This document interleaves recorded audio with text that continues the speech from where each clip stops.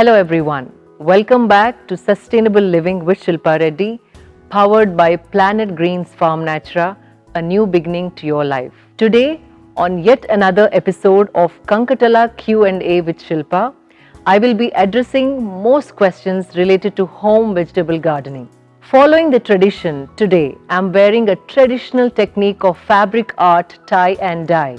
This is an ancient traditional auspicious method to produce beautiful, fine circular patterns on fabric that are referred to as famous Bandhani of Rajasthan and Gujarat. This Munga Tussar Bandhani aubergine color sari weave is an example of unique speck pattern complemented with a pallu printed in Madhubani inspired design. The patterns formed on Bandhani typically work with dots or specks motifs created using skilled tying using fingernails, iron nails, etc. After the tying of knots, the sari is then dipped in dye to get the color while leaving the tied portion to bring out the design. From weddings to births, Bandhani finds a sacred association in every auspicious occasion. Touted as a sari that invites good luck, the color wore also conveys various life stages. While red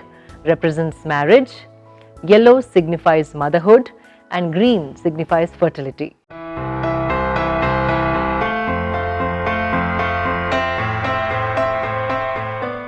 Leaf vegetables, also called leafy greens, salad greens, pot herbs, vegetable greens, or simply greens, are plant leaves eaten as vegetable, sometimes accompanied by tender petioles and shoots. Although they come from a wide variety of plants, most share a great deal with another leaf vegetables in nutrition and cooking methods. Leaf vegetables are typically low in calorie and fat, high in protein per calorie, dietary fiber, vitamin C, provitamin A, carotenoids, folate, manganese and vitamin K. In spring, plant seeds as soon as soil can be worked.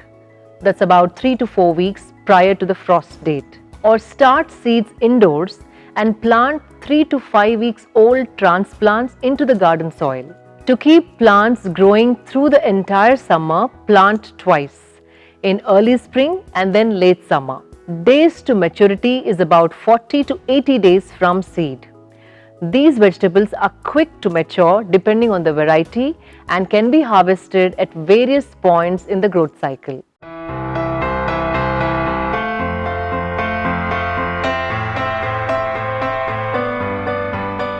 Some vegetables, such as radishes, can grow to maturity in as little as 30 days. Others, including corn, potatoes, most types of lettuce and beans, can take several months. Once the harvest cycle is over, most of the urban farmers tend to misunderstand the garden and end up wasting the soil energy.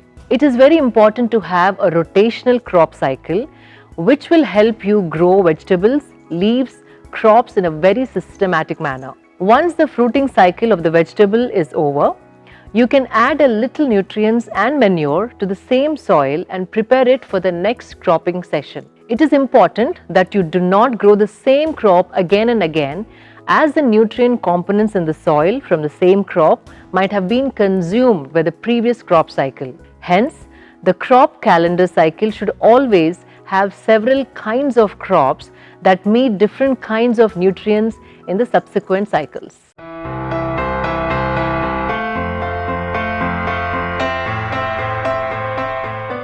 Primary care needed for any plant is light, temperature and water. For plants to receive adequate lighting, place the plants in a spot such that they receive 6 to 8 hours of direct sunlight per day. Plants respond to extreme weather conditions like frost and heat. In extreme weather conditions, as a shade net can be used to protect the plant. Lastly, water is a basic necessity to all plants just like humans. Plants need to be hydrated every day. Secondary care involves activities that improve plant health and pest management. Pruning, mulching and thinning are some common activities that improve plants' health. On the other hand, pest management involves identifying common pest attacks like caterpillars in early stages and taking preventive measures like spraying neem oil. It is also important that you follow a regular gardening guide for the rotation of crops, building process, harvest to add nutritional values to your plants or crops. There are several agencies like Home Crop that handhold you with urban terrace gardening.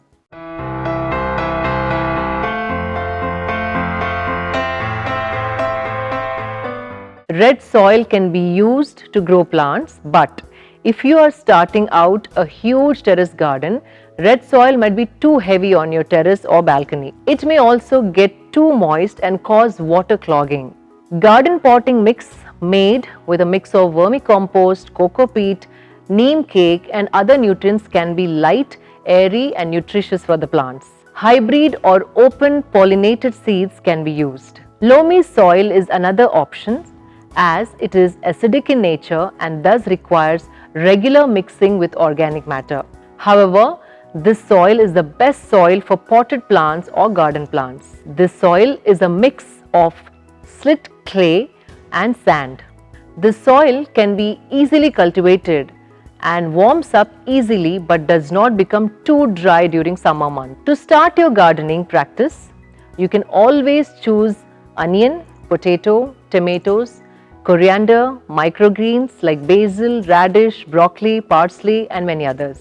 There is never a right crop that can be suggested by anyone without checking the weather conditions, soil condition, seasons and most importantly, the time and energy you are investing in your gardening.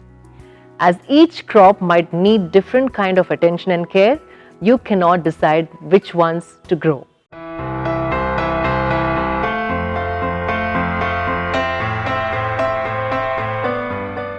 It is a common misconception that organic gardening does not attack pests. However, pests are very much an integral part of nature and pest attack signifies that there is a balance in ecosystem. It is also important to identify that there are both good pests and bad pests.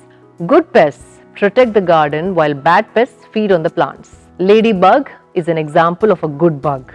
Mealy bugs and caterpillars are example of bad bugs. Good everyday care and natural seeds can prevent pest attacks to an extent. Some examples of everyday plant care are thinning, giving nutrition to plants and identifying pest attacks early on. Thinning helps in preventing the spread of infestation.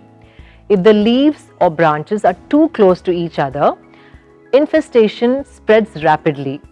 Neem oil is also an effective prevention from pest attacks. The principle is straightforward enough. The same vegetables should not be planted in the same place year after year. As a system of organic gardening, crop rotation has many advantages. It lessens the need for pest control. You can reduce the spread of soil-borne diseases. It avoids nutrient depletion in the soil. Combined with other organic methods, rotation offers an excellent defense against all kinds of pests and diseases.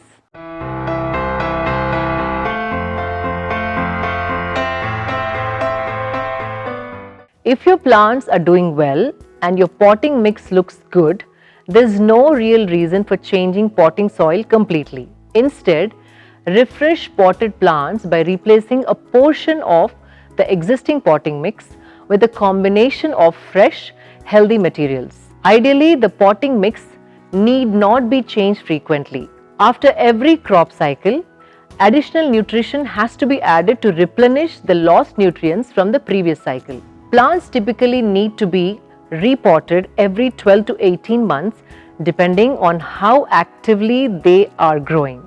Some slow growers can use the same pot for years but will just require a soil replenishment.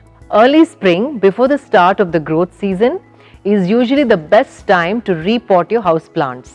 Age and improper storage degrade potting soil. The useful life of potting soil depends on whether or not it is currently in use. Unused potting soil lasts roughly 6 months before it degrades in quality, while used potting soil should be replaced every year or two. Many gardeners simply mix used potting soil with new materials, using about half of each with a few handfuls of organic fertilizer added to boost plants' nutrition. Or you can place the old potting soil in the bottom of very large containers and fill the upper parts with the fresh mix.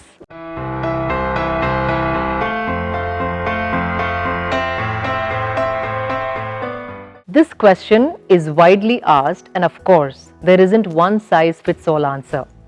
But the truth is, however, resolutely you follow each plant instructions. The only real way to tell if your garden needs watering is by checking it. Stick your finger in the soil. If it's dried out, then your plants are thirsty and it's time to get the watering can out. If you try to plan your watering schedule, you could easily end up overwatering or underwatering your plants. Nature is unpredictable, so you just have to go with the flow. Usually, when the first inch, about 2.5 centimeters, of soil is dry, it's good indication that watering is needed. In summer, watering outdoor potted plants is necessary daily and sometimes even twice a day, depending on the species. You must water the plants when the temperature is around 29 degrees centigrade. Early morning, 5 am to 9 am is the best time to water the garden while using a sprinkler, garden hose or any other device that wets the plant's foliage. When watering is completed, the plant foliage dries quickly. The rapid drying of the plant foliage helps guard against the development of fungal diseases. The worst time to water is between 10 am to 2 pm when the sun is the hottest, late afternoon through around 6 pm or even later in summers when the days are long and hot.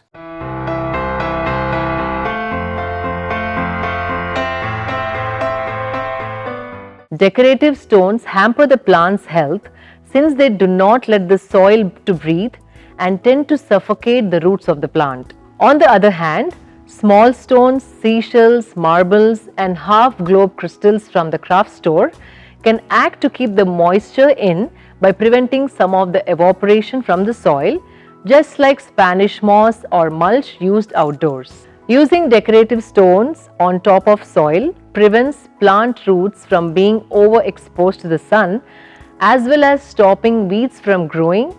Placing the right stones on top of soil will also help water drainage. So here is the catch. Using excessive pebbles will definitely not be healthy for your plants. However, using them in the right quantity to layer over the soil around the stem of the plant will always help you in healthy nourishment of the plants. It is important to keep sustainable, natural pebbles and not use the artificial plastic pebbles just for the sake of the look and feel and sustainability.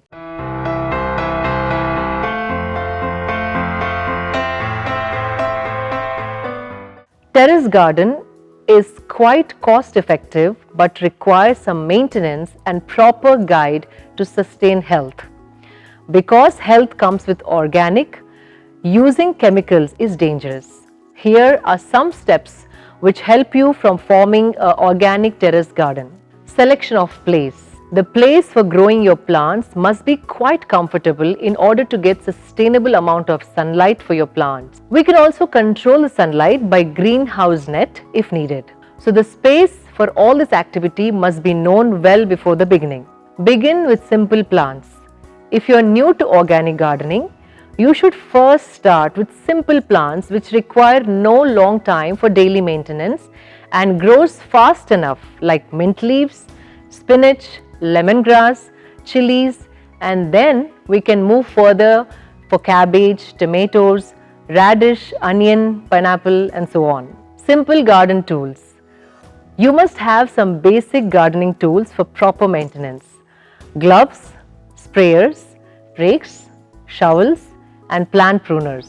They are some basic needs for the beginners. Soil preparation.